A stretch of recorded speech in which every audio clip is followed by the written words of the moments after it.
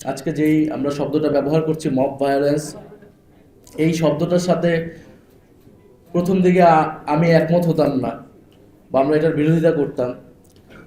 কারণ আমরা যাদের বিরুদ্ধে লড়াই করেছিলাম তাদের পক্ষ থেকেই পুরো জুলাই গণঅভ্যুত্থানকে প্রথম থেকে বলা হয়েছে মবক্রেসি। ফলে আমরা বলেছি যে এটা মবক্রেসি না। আমরা অনেক কিছু বলেছি, গণঅভ্যুত্থান, বিপ্লব, বিপ্লব পরবর্তী পরিস্থিতিতে দেশে অনেক কিছু হয়, পুলিশ নাই, মানুষের অনেক ক্ষোভ, 16 বছরের প্রতিবিত ক্ষোভ। কিন্তু 1.5 বছর পার হয়ে গিয়েছে, এখন যেটা হচ্ছে এটা সম্পূর্ণভাবে পরিকল্পিত অপরাধ হচ্ছে, এবং এটা পুরো দেশের রাজনীতি, নির্বাচন সেটাকে একদিকে নিয়ে যাওয়ার জন্য এই পরিকল্পনা চক্রান্ত। ফলে আমি মনে করি আমাদের সবার এই জায়গা থেকে দায়িত্ব নেওয়া উচিত, এবং এই ঘটনা যারা সেই রাতে ঘটিয়েছে এটা খুবই স্পষ্ট যে কারা সেটার পক্ষে সম্মতি তৈরি করেছে, কারা সেই রাতে সেখানে গিয়েছে, লেখালেখি করেছে। আমার মনে হয় যে সেটা সরকারের উচিত হবে।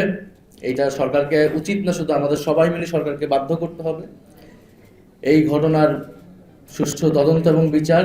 একই সাথে শরীফ ওসমান হাদিকেও যারা এইভাবে গুলিবিদ্ধ করলো প্রকাশ্য, ঢাকা শহরে একজন এমপি পদপ্রার্থী এবং জুলাই গণঅভ্যুত্থানের মুখ, সেই বিষয়টাকেও আমাদের সুরাহা করতে হবে।